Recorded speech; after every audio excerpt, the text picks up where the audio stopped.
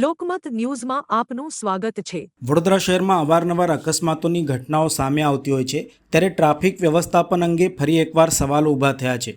આજે સવારના સમયે ફતેગંજ બ્રિજ ઉપર એક ગંભીર અકસ્માત સર્જાયો હતો, જેમાં સરકારી બસે 3 વાહનોને અડફેટે લીધા હતા। મળતી માહિતી મુજબ ફતેગંજ બ્રિજ ઉપરથી પંડ્યા બ્રિજ તરફ જતી સરકારી બસે અચાનક બેફામ બની હતી અને આગળ ચાલી રહેલા વાહનો સાથે અથડાઈ હતી। અકસ્માત એટલો જોરદાર હતો કે ત્રણેય વાહનોને નુકસાન પહોંચ્યું હતું। સદનસીબે કોઈ જાનહાનિ થઈ હોવાના સમાચાર પ્રાપ્ત નથી, પરંતુ ઘટનાએ રસ્તા ઉપર ભારે અફરાતફરી સર્જી હતી। અકસ્માતની જાણ થતાં જ ફતેગંજ પોલીસ તાત્કાલિક ઘટના સ્થળે આવી પહોંચી હતી અને ટ્રાફિકને નિયંત્રિત કરી આગળની કાર્યવાહી હાથ ધરી હતી। થોડા સમય માટે આ માર્ગ ઉપર ટ્રાફિક જામની પરિસ્થિતિ સર્જાઈ હતી। શહેરમાં વધતા અકસ્માતોને ધ્યાને લેતા સ્થાનિક લોકોમાં અસંતોષ જોવા મળી રહ્યો છે।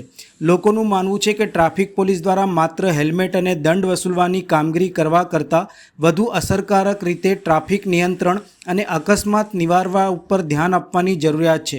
ખાસ કરીને વ્યસ્ત માર્ગો અને બ્રિજ ઉપર કડક દેખરેખ, સ્પીડ કંટ્રોલ અને ડ્રાઈવર શિસ્ત અંગે ગંભીર પગલાં લેવા અનિવાર્ય બની ગયા છે।